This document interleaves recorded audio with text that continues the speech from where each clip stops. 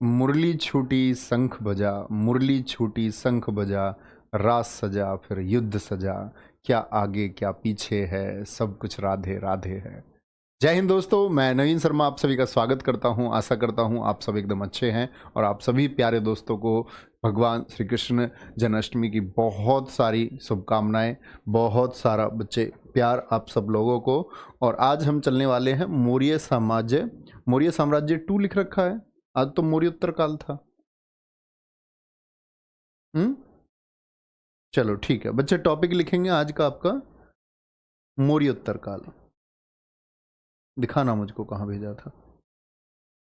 मौर्योत्तर काल, ठीक है। मौर्य साम्राज्य 2 तो कल हो चुका। मौर्योत्तर काल यानी कि मौर्यों के बाद में, उत्तर का मतलब है बाद में, मौर्यों के बाद में कौन आए। अभी तक हमने दोस्त पढ़ा था हर्यक वंश, शिशुनाग वंश, नंद वंश और आपका क्या बोलेंगे, मौर्य वंश। तो मौर्यों के बाद में जो आए वो मौर्योत्तर हैं। क्या है, परवर्ती शासक हैं इनके। तो यहां से शुरू करेंगे। कल मैं आपको बता चुका था, ये मौर्य समाज के अधिकारियों के बारे में हमने बात की थी। मौर्य समाज के अधिकारियों के बारे में बात की है। और मौर्य समाज के बाद में एक वंश आता है शुंग वंश। आप सब लोगों को कुछ चीजें समझनी होंगी। ये फैक्ट्स तो आप तब भी पढ़ सकते हैं। अगर मैं आपसे पूछूं जो मौर्य वंश है उस समय पर कौन से धर्म को बढ़ावा मिला अंत समय में, जरा बताएंगे सारे बच्चे। मौर्य जो वंश है इस समय पर कौन से धर्म को बढ़ावा मिल रहा है? तो आप कहेंगे भैया इस समय पर बौद्ध धर्म को बहुत बढ़ावा मिल रहा है, क्योंकि संरक्षण दिया गया है किसके द्वारा? महान सम्राट अशोक के द्वारा। वो मैसेज दूर दूर तक फैलाए जा रहे हैं। तो जब बौद्ध धर्म को बढ़ावा मिला तो मैंने बोला सम्राट अशोक ने कहा कि पशु बलि पर रोक लगा दी जाए। लेकिन ब्राह्मणों की प्रथा थी, जो यज्ञ आदि करते थे वहां पर बलि दी जाती थी, अनुष्ठान कार्य होते थे। तो मैंने कहा कि एक ब्राह्मण विरोधी विचारधारा बनी, जो उस समय नेतृत्व करने वाले लोग थे, या कहें एक सनातनी जो व्यवस्था है इसके विरुद्ध काम होना शुरू हुआ। क्योंकि अभी लोग किस धर्म की तरफ जाने लगे? बौद्ध धर्म की तरफ। तो मौर्यों के बाद में जब मौर्य जैसे ही कमजोर हुए तो इस वर्ग को अपने शासकों को बिठाने का मौका मिलेगा और इसी वर्ग के जो शासक हैं वो आगे चल करके शासन करेंगे। जैसे शुंग वंश आएगा, शुंगों के बाद ब्राह्मण वंश में बच्चे कण्व वंश आएगा, ठीक है। और कण्व वंश के बाद में सातवाहन वंश। ये 3 ब्राह्मण वंश रहेंगे। क्योंकि आप सब जानते हैं कि सनातनी व्यवस्था में बच्चे आपका जो वैदिक कार्य हैं, जो वैदिक युग है, जो वेदों से संबंधित है, उसका प्रचार प्रसार होता है। लेकिन यहां पर किस भाषा में प्रचार प्रसार होने लगा? यहां पाली में, पाली भाषा में नई शिक्षाओं का विकास होने लगा। तो 2 धड़े बन गए कि नहीं बने? इनसे पहले जैनिज्म और है। तो आप कहेंगे भैया जी बिल्कुल 2 धड़े बने हैं। तो आगे वापस से जो वैदिक युग लौट करके आएगा, वेदों की सत्ता अपनाने वाले लोगों का जो शासन हमारे देश में फिर से आएगा, उसी को हम शुंगवंश, कण्ववंश और सातवाहन वंश, हमारे आगे के टॉपिक हैं, इनको जानेंगे तो देखेंगे। इसी में से वंश आता है शुंग वंश। इसने पुष्य क्या बोले, मौर्य वंश के अंतिम शासक की हत्या कर शुंग वंश की स्थापना की। किसने? कौन है? पुष्यमित्र शुंग। हेडिंग लिखना, पुष्यमित्र शुंग। और इस वंश के शासकों के नाम के आगे आपको मित्र लगा मिलेगा। मित्र, अग्निमित्र, वसुमित्र। मित्र का मतलब इतिहासकारों ने कहा है मित्र से। मित्र यानी कि सूर्य। ये सूर्य के उपासक थे, भगवान सूर्य की पूजा करते थे। तो इसने मौर्य वंश के अंतिम शासक, मुझे बताएंगे मौर्य वंश के अंतिम शासक कौन थे? तो आप कहेंगे मौर्य वंश के अंतिम शासक बृहद्रथ की हत्या कर दी। किसकी हत्या? बृहद्रथ की हत्या। बृहद्रथ जो एक कमजोर शासक हो चुका था, बौद्धों को बहुत समर्थन दे रहा था, अब दरअसल में लोग यहां पर पुष्यमित्र सुंग के बारे में एक विचारधारा दोस्त बनती है, सुनना मेरी बात को। और लोग कहते हैं कि पुष्यमित्र सुंग जो है वो बौद्ध विरोधी था।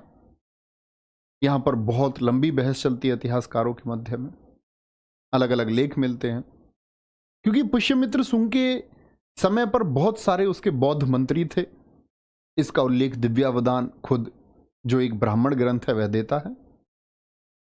लेकिन यह ब्राह्मण एक बौद्ध विरोधी क्यों हुआ, इसके पीछे की जो कहानी है उसमें यह सार्थकता सिद्ध होती है कि उस समय के भारतवर्ष के लिए बौद्धों के विरुद्ध में यह एक डिसीजन, जो एक बहुत ही जटिल निर्णय उस समय का माना जाता है, लिया जाना जरूरी था। दरअसल में ये ऐसा समय है दोस्त, आप लोग समझना, ये ऐसा समय है जिस समय पर मैंने बोला भारत में कौन आए, ईरानी। ईरानियों के बाद में कौन आए जरा बताएं। आप कहेंगे भैया जी यूनानी आए। यूनानियों के बाद में कौन आएंगे, हिंद यवन। यवन यानी कि ईस्ट यूरोप के, ईस्ट यूनान से जो लोग आए, तो इनका समय है यही, जो मौर्यों के लास्ट टाइम पर आए, यानी बृहद्रथ के समय पर आए हैं, मौर्यों के समय पर आए हैं, at the time of Mauryan period. तो यहां आकर के जितने भी हिंद यवन के शासक हैं वो पाटलिपुत्र तक पहुंचने में सफल होंगे। क्यों भैया, इनको रोकथाम किसी ने नहीं की पाटलिपुत्र पहुंचने में। तो यहां पर बृहद्रथ शासक है, तो रोकने का काम किसका है, बृहद्रथ का। लेकिन बृहद्रथ बौद्धों का बहुत बड़ा समर्थक है, और बौद्ध लोगों ने, बहुत सारे बौद्धों ने प्रश्रय दिया विदेशियों को, हिंद यूनानियों को। ये आकर के बहुत सारे बौद्ध मठों में रुकने लग गए, बौद्ध मठों में रुकने लग गए, और बौद्ध मठों के द्वारा इन लोगों ने भेष बदल बदल करके भारतवर्ष में प्रवेश किया। भारतवर्ष में प्रवेश किया तो पाटलिपुत्र तक पहुंचने में सफल हुए। इस बात का मैसेज लगता है बृहद्रथ के सेनापति थे कौन, आपका पुष्यमित्र सुंग। पुष्यमित्र सुंग कौन है, पुष्यमित्र सुंग एक सेनापति है, किसका, बृहद्रथ के। बृहद्रथ के सेनापति थे, और पुष्यमित्र सुंग के बारे में तुम कुछ भी नहीं जानते। पुष्यमित्र सुंग वो व्यक्ति है जिसने इस वैदिक धर्म को फिर से इस देश में स्थापित किया है। अदरवाइज आज आप लोगों की जो पहचान है वो नहीं बचती। आप शायद किसी और धर्मांतरण या किसी और धर्म का शिकार हो गए होते। पॉसिबली सब लोग नहीं होते, तो एक बड़ा स्केल जरूर होता। ठीक है, क्या बोलेंगे, तो पुष्यमित्र सुंग इतने महान शासक हैं। कहते हैं कि पुष्यमित्र सुंग, इतिहासकार कहते हैं कि पुष्यमित्र सुंग अगर ना होते तो संपूर्ण देश शायद बौद्ध बन गया होता। उन्होंने उस वैदिक परंपरा को बचाया जो इस दुनिया की सबसे पुरानी परंपरा थी।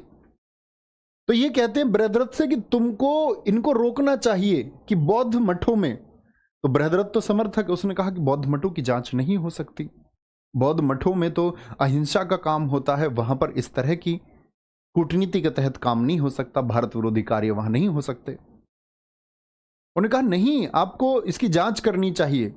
और ये प्रतिशोध इतना बढ़ा कि निरीक्षण करते हुए बृहद्रथ की गर्दन काट दी पुष्यमित्र सुंग ने, और स्वयं सत्ता की बागडोर ली, और इन बौद्ध मठों की जांच हुई। और जो पुष्यमित्र सुंग का अंदाजा या अंदेशा उन्होंने लगाया वह सत्य साबित हुआ, और उस समय के प्रमाण मिले कि बौद्ध मठों में इस तरह की कूटनीति और राजनीति से काम किया जा रहा था, भारत विरोधी कार्य हो रहे थे। तो यहां पर कहते हैं कि पुष्यमित्र सुंग ने एक स्टेटमेंट दिया कि किसी भी एक बुद्ध को मारेंगे तो 100 दिनार दूंगा।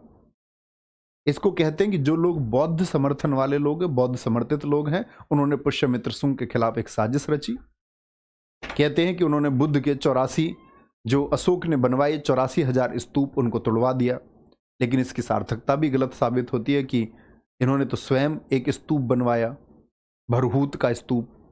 तो अगर विरोधी रहे होते और तोड़वाते इतने स्तूपों को, तो फिर स्तूप बनवाते ही क्यों। फिर मैंने स्वयं बताया, एक बौद्ध ग्रंथ स्वयं दिव्यावदान लिखता है, इनकी सभा में बौद्ध लोग होते थे। तो बौद्ध विरोधी इनको कहा गया। क्यों? क्योंकि जो देश के खिलाफ एक्शन करने वाले लोग थे उनको मृत्यु के घाट उतार दिया गया। शासक मैं बताऊंगा आपको, डेमिट्रियस उस समय पर आया था यवनों का, जिसको हार का सामना करना पड़ा था। ठीक है, कोई दिक्कत, कोई परेशानी?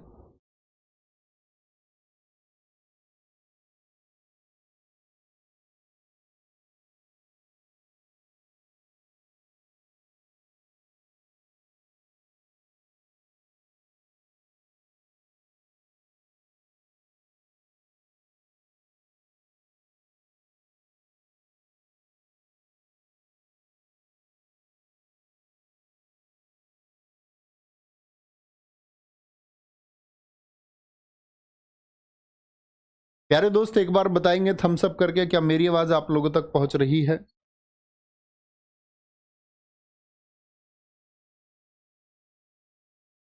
मेरी आवाज पहुंच रही है तो एक बार थम्स अप करें। वेरी गुड, सारे बच्चों के थम्स अप आते हुए, बहुत सही। तो बात समझे, पुष्यमित्र सुंग ने उस बहुत बड़े धर्मांतरण को जो बौद्ध धर्म की तरफ जा रहा था, तो वैदिक धर्म की तरफ रोका, और वैदिक धर्म का पुनर्संस्थापक हम पुष्यमित्र सुंग को कहते हैं। तो क्या बोलते हैं, इसने एक ब्राह्मण साम्राज्य की नींव रखी। संस्थापक पुष्यमित्र सुंग है। शासनकाल इसका 36 वर्षों का है। बहुत पूछा जाता है पुष्यमित्र सुंग ने कितने वर्षों तक शासन किया है।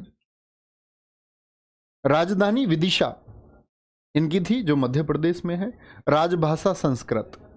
अब यहां पर हमको राजभाषा से संबंधित एक बात समझनी होगी। मैंने कहा कि जब जैन धर्म आया तो देश में भाषा कौन सी होगी? प्राकृत। क्या हमारे देश की भाषा प्राकृत थी? बौद्ध आए, महात्मा बुद्ध, उन्होंने एक अलग ही भाषा पाली भाषा में अपने उपदेश दिए। तो क्या भारतीय भाषा थी? तो आप कहेंगे भैया भारतीय भाषा तो संस्कृत थी, तो इन्होंने क्या बोला मैंने कि वैदिक युग की पुनर्स्थापना की, और भाषा कौन सी अपनाई? संस्कृत अपनाई। सर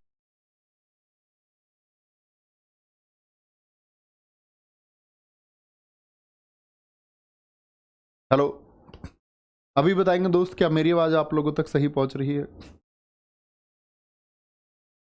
हाँ, अभी रुकी होगी बीच में क्लास, क्योंकि रिफ्रेश किया गया है। अभी बताएंगे एक बार, मेरी आवाज आप लोगों तक सही पहुंची? अब सही पहुंचनी चाहिए, बता देना एक बार, है ना? क्या बोला? किसी के लिए स्टेटमेंट बोला जाता है पुष्यमित्र सुंग के लिए कि इसने अशोक के 84,000 स्तूपों को तुड़वा दिया। ठीक है, और इस सुंग वंश की जानकारी के जो सोर्सेज हैं, कौन से सोर्सेज हैं, कौन से स्रोत हैं जिनसे हमको ये सारी जानकारी मिलती है? तो जानकारी के लिए स्रोत है एक थेरावली। थेरावली, थेरावली किसने लिखा है?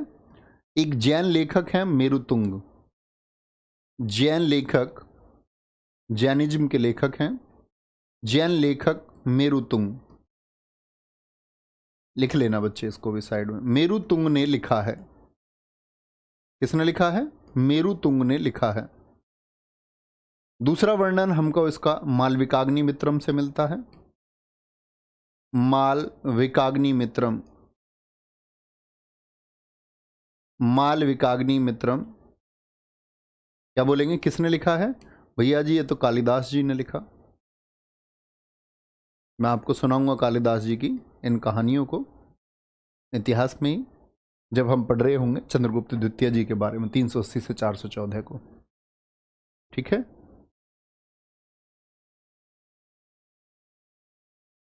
बोलेंगे इसने अशोक के 84,000 स्तूपों को तोड़वा दिया। भाई साहब ये कमेंट क्यों आ रहे हैं बच्चों को? क्लास नहीं चल रही है? मैं पढ़ाऊं कि नहीं पढ़ाऊं ये तो बताओ मुझे। आप अपने फोन में चला के देखो, दिखाओ मुझे एक बार, मैं देख लेता हूं।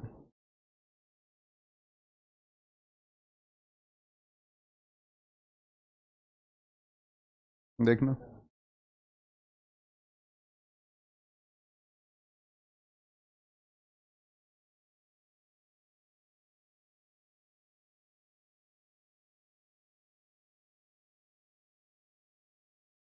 हेलो हेलो हेलो बच्चे, एक सोर्स एरर था, अभी बताएंगे मुझे क्या आवाज तुम्हारे में कहाँ चल रही है?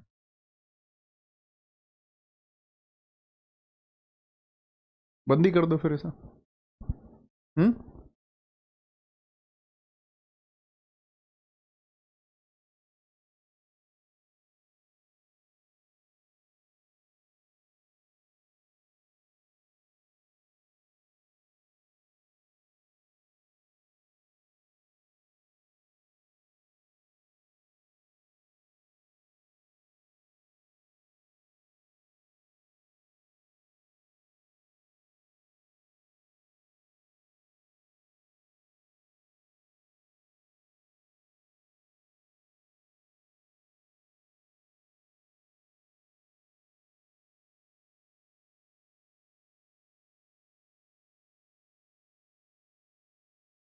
Hello hello hello hello hello hello, मेरी आवाज़ ही कहाँ पहुँचेगी बच्चों तक?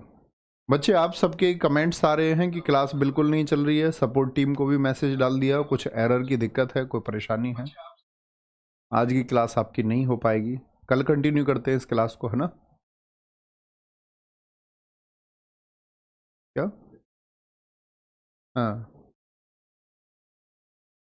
लाइव तो नहीं जाएगी ना?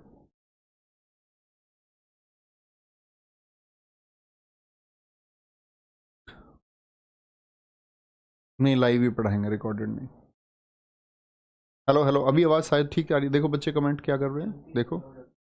अच्छा, चल रही है और बंद हो जाए। बच्चे क्लास बार बार चलती है और बंद हो जाती है, ठीक है? तो जितनी ये क्लास है इतनी रखेंगे, लाइव ही पढ़ेंगे, ठीक है? रिकॉर्डेड नहीं पढ़ेंगे। और आपकी इच्छा हो तो रिकॉर्डेड पढ़ना हो तो रिकॉर्डेड तो बाद में पढ़ ही लेंगे। अभी तो लिख रहे हैं सारे बच्चे, आ रहा है सोर्स एरर आ रहा है सर। आज बच्चे कुछ टेक्निकल प्रॉब्लम है शायद पीछे से ही।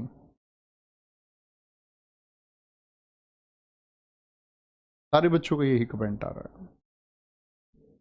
अब ठीक है, अब ठीक है, अब देखो अभी चल रही है।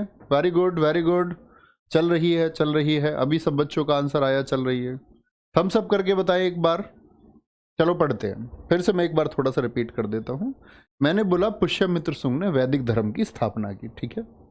बरहूत स्तूप का निर्माण, बरहूत स्तूप कहाँ है? सतना एमपी में है, सतना एमपी में, ठीक है? सतना एमपी में पुष्यमित्र सुंग ने इसका निर्माण स्वयं कराया है, ठीक है? इसके काल को वैदिक पुनर्जागरण का काल कहा जाए।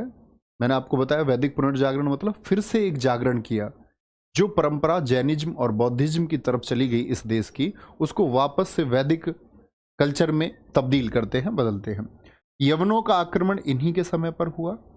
किसने किया था? यूनान से डेमेट्रियस बौद्धों के साथ मिलकर के हमारे देश में एंटर करने का प्रयास किया।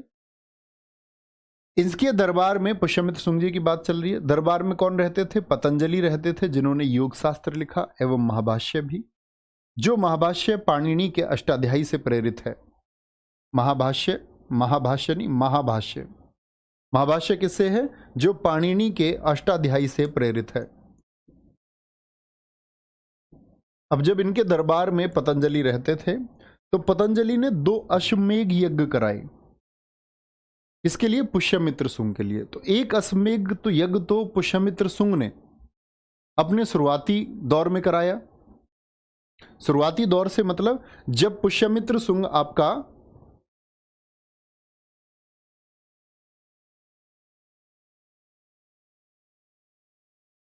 तो क्या बोलेंगे? 2 अश्वमेध यज्ञ कराए। अब जो जो अश्वमेध यज्ञ होता क्या है? जब व्यक्ति गद्दी पर बैठता है और पूरे भारतवर्ष में, मैं पुष्यमित्र सुंग के अगर बात बताऊं कि उनका जो राज्य क्षेत्र था वो कितना था, राज्य क्षेत्र की बात करेंगे बच्चे।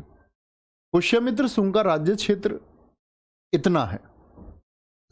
पुष्यमित्र सुंग के जो राज्य क्षेत्र की अगर हम बात करें तो पुष्यमित्र सुंग का राज्य क्षेत्र इतना, ये सारा इसका है पुष्यमित्र सुंग। तो समझ सकते हो, उधर कश्मीर और इधर आपका मालवा के बाद दक्षिण भारत का क्षेत्र नहीं था पुष्यमित्र सुंग का। तो ये उत्तर वाला जो क्षेत्र है, उत्तर और मध्य भारत, ये पुष्यमित्र सुंग का क्षेत्र है। अश्वमेध होता ही क्यों था जी? अश्वमेध में राजा अपना एक घोड़ा छोड़ता था और कहता था जहां तक ये घोड़ा जाएगा वहां तक मेरा साम्राज्य है। अगर किसी राजा को दोस्त विरोध करना होता था तो वह उस घोड़े को रोकता था और घोड़े के पीछे राजा की सेना होती थी, वह उससे युद्ध करती थी, ठीक है? ऐसे ही युद्ध का वर्णन कहीं मिलता है? हाँ जी, इनके घोड़े को यवनों ने रोक लिया था और उनके पीछे सेना चल रही थी पुष्यमित्र सुंग की। उनके पोते थे वसुमित्र, तो वसुमित्र ने भी यवनों को हराया है, ऐसा भी वर्णन मिलता है। क्या बोलेंगे? 2 है। कोई दिक्कत, कोई परेशानी? एक बच्चा पूछ रहा है जी अष्टाध्यायी क्या है? अष्टाध्यायी मैं पिछली क्लासेस में बता चुका हूं दोस्त, व्याकरण का पहला ग्रंथ है। रोज क्लास किया करो रेगुलर। कोई दिक्कत? तो पतंजलि ने क्या कराए? 2 अश्वमेध यज्ञ कराए हैं। अब आते पुष्यमित्र सुंग के उत्तराधिकारी कौन कौन थे। मैंने कहा ना इनके नामों में आपको मित्र मिलेगा। मित्र यानी कि मित्र, ये सूर्य के उपासक थे, सूर्य की पूजा करते थे। तो पुष्यमित्र के सुंग के उत्तराधिकारी इनके 36 वर्षों के साथ में, क्या बोलोगे, लगभग 8 वर्ष 10 वर्ष के इनके शासनकाल है। बहुत अधिक वर्णन मिलता नहीं है। अग्निमित्र ने किया है विदर्भ का युद्ध, और विदर्भ के शासक कौन है? यज्ञसेन। और विदर्भ का युद्ध किस किस के बीच हुआ है? यज्ञसेन वर्सेस अग्निमित्र। जीत किसकी हुई है? अग्निमित्र की हुई थी। क्यों यह युद्ध हुआ? इसका एक बड़ा ऐतिहासिक दृष्टिकोण है। यज्ञसेन की बहन का नाम है मालविका। यहां पर पहले एक बात समझे, विदर्भ में शासक कौन है? यज्ञसेन है। यज्ञसेन की बहन है मालविका, और विदर्भ में अग्निमित्र ने युद्ध लड़ा है यज्ञसेन से। तो मालविका अग्निमित्रम, ये दो नाम आपको दिखते हैं।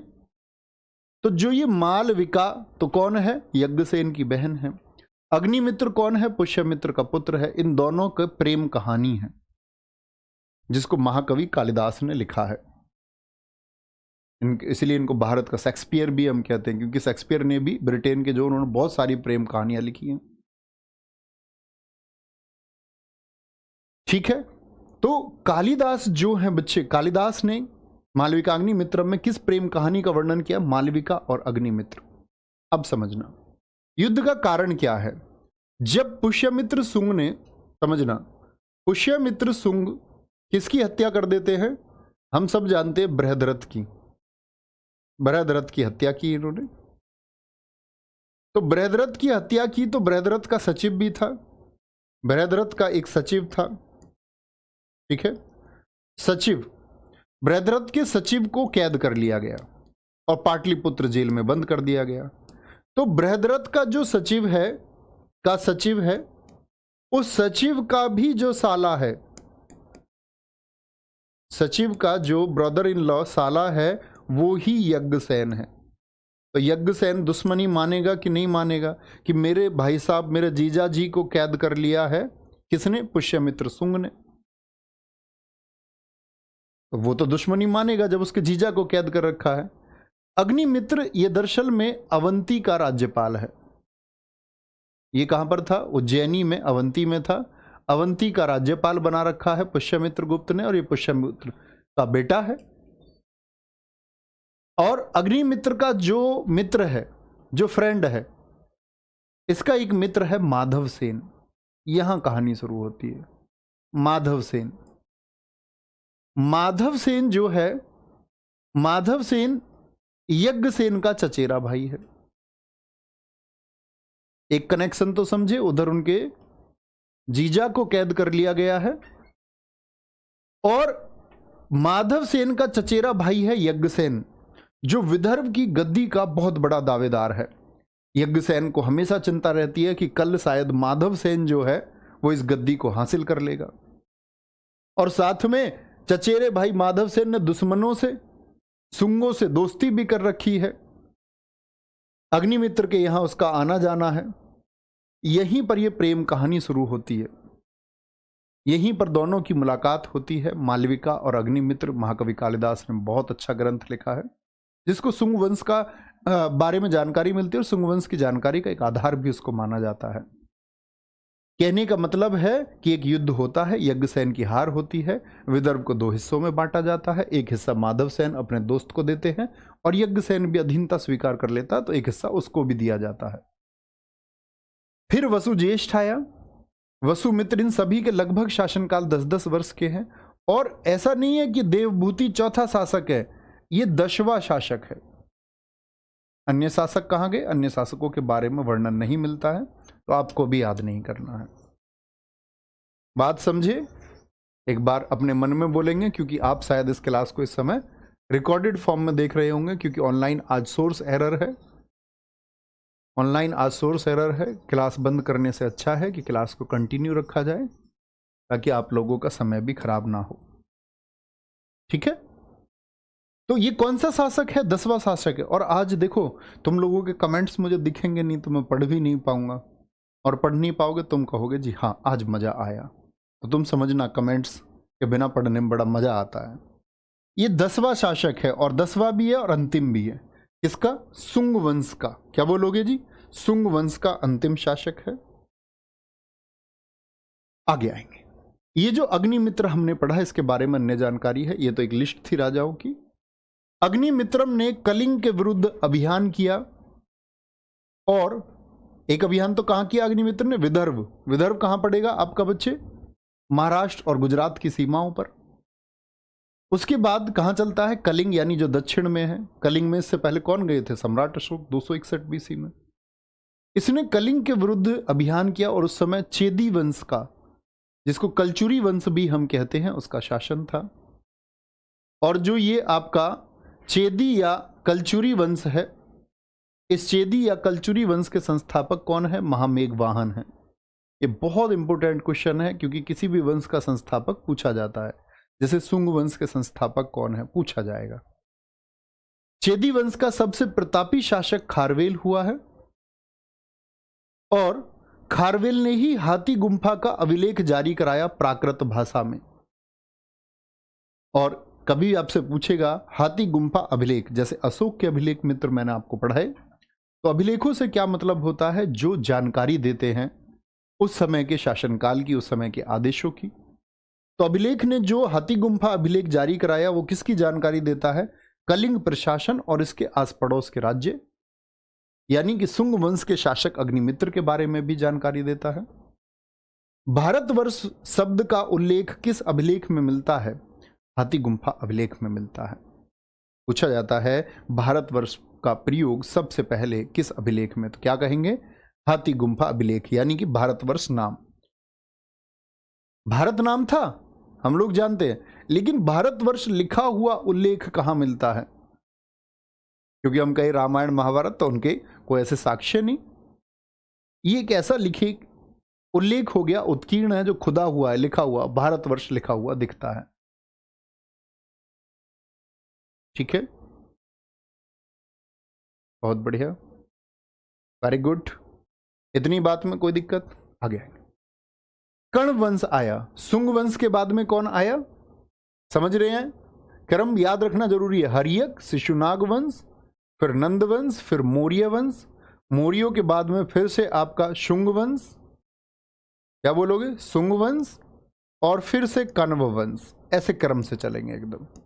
कण्व वंश, कण्वों के बाद में कौन आएंगे? सातवाहन आएंगे। सातवाहन और थोड़ी सी क्लास रखेंगे, क्योंकि आज नेटवर्क की प्रॉब्लम है और ज्यादा नहीं पढ़ेंगे, कल थोड़ा ज्यादा पढ़ लेंगे। ठीक है, कण्व वंश आया। कण्व वंश के जो संस्थापक हैं, तो कण्व भी एक ब्राह्मण वंश था। और यहां सबसे इंपॉर्टेंट बात होगी सीखने की, संस्थापक इसके वासुदेव हैं, अंतिम शासक सुशर्मन है। यानी बीच में दो शासक और हुए अगर मैं बोलूं, जैसे एक तो वासुदेव हुए, इन्होंने लगभग 9 वर्ष शासन किया, 9 वर्ष शासन किया। और ये जो शासन पर आए तो किसकी हत्या करके? अंतिम शासक मैंने आपको बताया देवभूति है, अभी बताया ना। अंतिम शासक कौन था आपका? देवभूति। तो देवभूति की हत्या करके, किसकी हत्या? देवभूति की हत्या करके वसुदेव ने स्थापना की थी किसकी? कण्व वंश की। 9 वर्षों तक शासन रहा। फिर वसुदेव के बाद में भूमि मित्र आया, एक भूमि मित्र आया, यह भी सर्वथा भगवान सूर्य का उपासक रहा होगा। नारायण आया, और फिर आया सुशर्मन। मुझे आप एक बार बताएं, कण्व वंश का कुल शासनकाल आप लोगों को कितना दिखता है? तो आप कहेंगे भैया कुल 43 वर्षों का शासनकाल है इनका, 43 ईयर्स, 43 ईयर्स। यह भी एक ब्राह्मण वंश था। अब सबसे इंपॉर्टेंट इस समय की एक घटना है दोस्त, सुंग वंश। सुंग वंश के बाद में कौन सा वंश मैंने आपको बताया? कण्व वंश। इसी दौर के बीच में लिखी गई है मनुस्मृति, जो आज दुनिया में पूरे भारतवर्ष में एक चर्चा का विषय है, मनुस्मृति।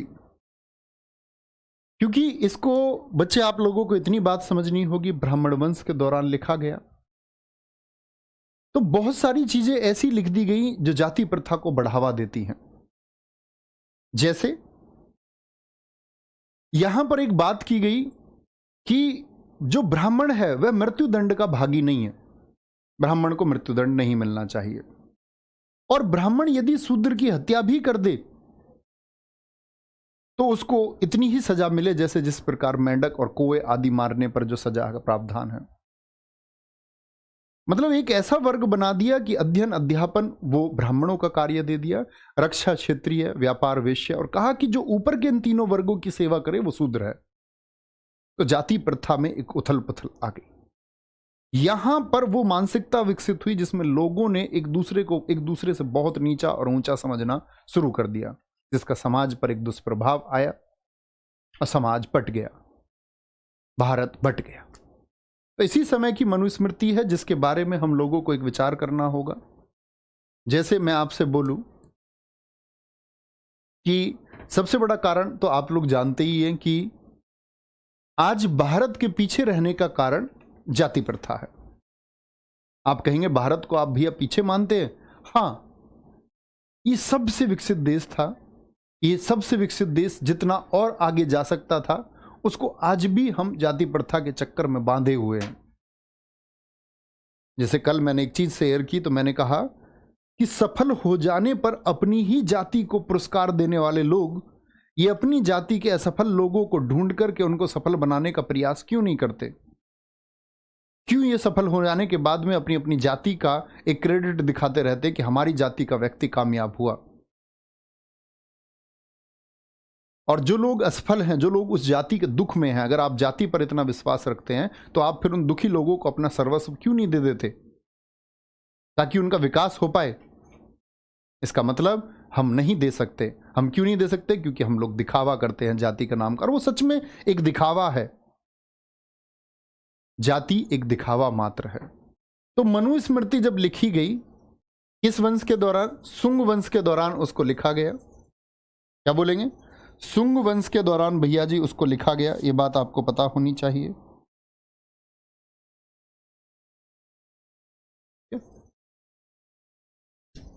जिससे जाति जैसे बीज बोए गए। जैसे एक विवाह जैसी बात आती है, कहे कि ब्राह्मण जो है वो निचले जो वर्ग हैं उनके साथ शादी कर सकता है, तो वो अनुलोम विवाह कहा गया उसको। 8 प्रकार के विवाह बताए गए। अनुलोम विवाह, उच्च जाति का पुरुष निम्न जाति के साथ शादी करे। लेकिन निम्न जाति का पुरुष अगर उच्च जाति के साथ शादी करे तो उसको प्रतिलोम विवाह कह दिया गया और उसको अनुचित माना गया, कहा यह गलत है। तो इस तरह के विभेद पैदा हुए। कुछ वर्गों को, जो समय का शासक वर्ग था, उसने खुद को ऊपर दिखाने की कोशिश की, क्योंकि सीधी सी बात है ब्राह्मण साम्राज्य था, तो उन्होंने स्वयं को और ऊपर दिखाने का एक प्रयास किया, और अन्य जो शूद्र वर्ग था उसको दमित रखने का प्रयास एक किया गया। ये उस समय का एक प्रभाव था जो देखने को मिला। आज भी बहुत सारे लोग इन चीजों में विश्वास नहीं रखते, नहीं मानते। अर्बनाइजेशन इसी को कहते हैं। शहरों में बहुत लोग नहीं मानते क्योंकि वहां पता नहीं होता। एक गांव में जहां हम निवास करते हैं वहां जातियों का हमको पता होता है, और हमारे कर्म बेशक नीच से ही हम अपना कॉलर उठा के सोचते हैं कि हमारी जाति उच्च है। जाति उच्च और निम्न नहीं होती दोस्त, कर्म उच्च और निम्न होते हैं।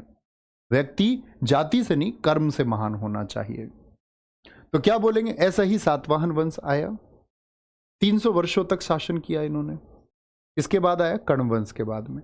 इनकी भाषा प्राकृत रही, धर्म इनका भी ब्राह्मण रहा, राजधानी इनकी प्रतिष्ठान रही। बहुत बढ़िया, वेरी गुड। मेरी बातों से किसी को आहत नहीं पहुंचनी चाहिए, ये फैक्ट्स है। कभी आप ऐसे, अभी मैं आपसे कह रहा हूं कि आपको जाति प्रथा से दूर होना है और आप फिर भी जाति प्रथा के साथी बन जाएं। आप कहें जैसे कोई ब्राह्मण है तो बोले कि जी आप ऐसी बात क्यों कर रहे हैं। वो एक फैक्ट है, वो एक सत्य है। तो जो सत्य को बोल पाए, अब मुझे बहुत बार इस बात के लिए ये मिलता है, जैसे एक बच्चे ने तो मेरे पास ये मैसेज कर दिया कि तुम नकली ब्राह्मण हो, तुम असली ब्राह्मण नहीं हो। मैंने कहा भाई साहब ठीक है, मैं नकली हूं। बोले तुम इस तरह की बात, मैं फैक्ट की बात कर रहा हूं जो किताबों में लिखा है, जो केसी श्रीवास्तव साहब कहते हैं, जो एन नारायण झा कहते हैं, मैं वो बातें कर रहा हूं जो प्रूव्ड हैं, सत्यापित है। और एक अध्यापक का काम होता है कि उसकी गर्दन भी कटे तो भी सत्य बोले। मैं एक बड़े वर्ग के हित की बात ऐसे नहीं कर सकता कि भाई उन सबको अच्छा लगेगा। ये एक सत्य है और आप लोगों को भी इसको समझना होगा और कल बदलना भी होगा। हम सत्य को जानते इसीलिए है कि कल उसको हम बदले कि जी हाँ, हम इस प्रथा का शिकार नहीं होंगे। वो हमको मानना होगा। ठीक है, आगे आएंगे। प्रतिष्ठान पैठान, ये महाराष्ट्र में गोदावरी नदी के किनारे, बहुत पूछी जाती है मित्र, बहुत। संस्थापक सिमुक, कण्व वंश के अंतिम शासक सुशर्मन की हत्या करके सिमुक गद्दी पर आया। तो कण्व वंश का अंतिम शासक सुशर्मन है, मैंने आपको बता दिया। सातवाहन वंश के बारे में जानकारी नागनिका अभिलेख, जो सातकर्णी प्रथम की पत्नी है, और नासिक अभिलेख से मिलती है। हाथी गुम्फा अभिलेख भी इसकी जानकारी देता है। एक बार नोट करेंगे तब आगे बढ़ेंगे। ये सातवाहन वंश की बेसिक जानकारी हुई। ठीक है, कोई दिक्कत? एक बार नोट कर लेंगे तब आराम से चलेंगे। सर अच्छा, किसी किसी बच्चे का कमेंट अभी भी आ रहा है, सर ये कल करा। चलो अभी यहीं बंद करते हैं, ठीक है, इतना नोट कर लेना। आज ये थोड़ा सा रहने देते हैं, कल थोड़ा ज़्यादा पढ़ लेंगे तो एक बैलेंस बन जाएगा। ठीक है, कल करते हैं कंटिन्यू, क्योंकि ये थोड़ी सी क्लास है, नहीं तो रिकॉर्डेड में आप बल्कि क्लास हो जाएगी, ज़्यादा देखेंगे। यहीं तक रहने देते हैं भाई साहब। और इंटरनेट का इशू रहा उसके लिए रियली सॉरी। हम नहीं चाहते कभी इंटरनेट इशू हो, लेकिन बच्चे AWS सर्वर पर जब क्लास चलती है तो हमारे हाथ की बात नहीं होती। ये बैक एंड सपोर्ट टीम का काम होता है, जो बहुत दूर बैठी हुई है। ऐसा नहीं, हम लोग भी सर्वर खरीदते हैं, हम लोगों को भी एक बहुत सारा पैसा उनको पे करना पड़ता है सर्वर के लिए। वहाँ से एरर होती है, यहाँ तो चलेगा ही चलेगा, बात वहाँ से है जो हमारे एंड पे बात नहीं होती है। तो अभी सर्वर में एरर आ रही है, उसके लिए रियली सॉरी। मिलते हैं कल, पढ़ेंगे। Thank you, bye bye, take care, जय हिंद, जय भारत।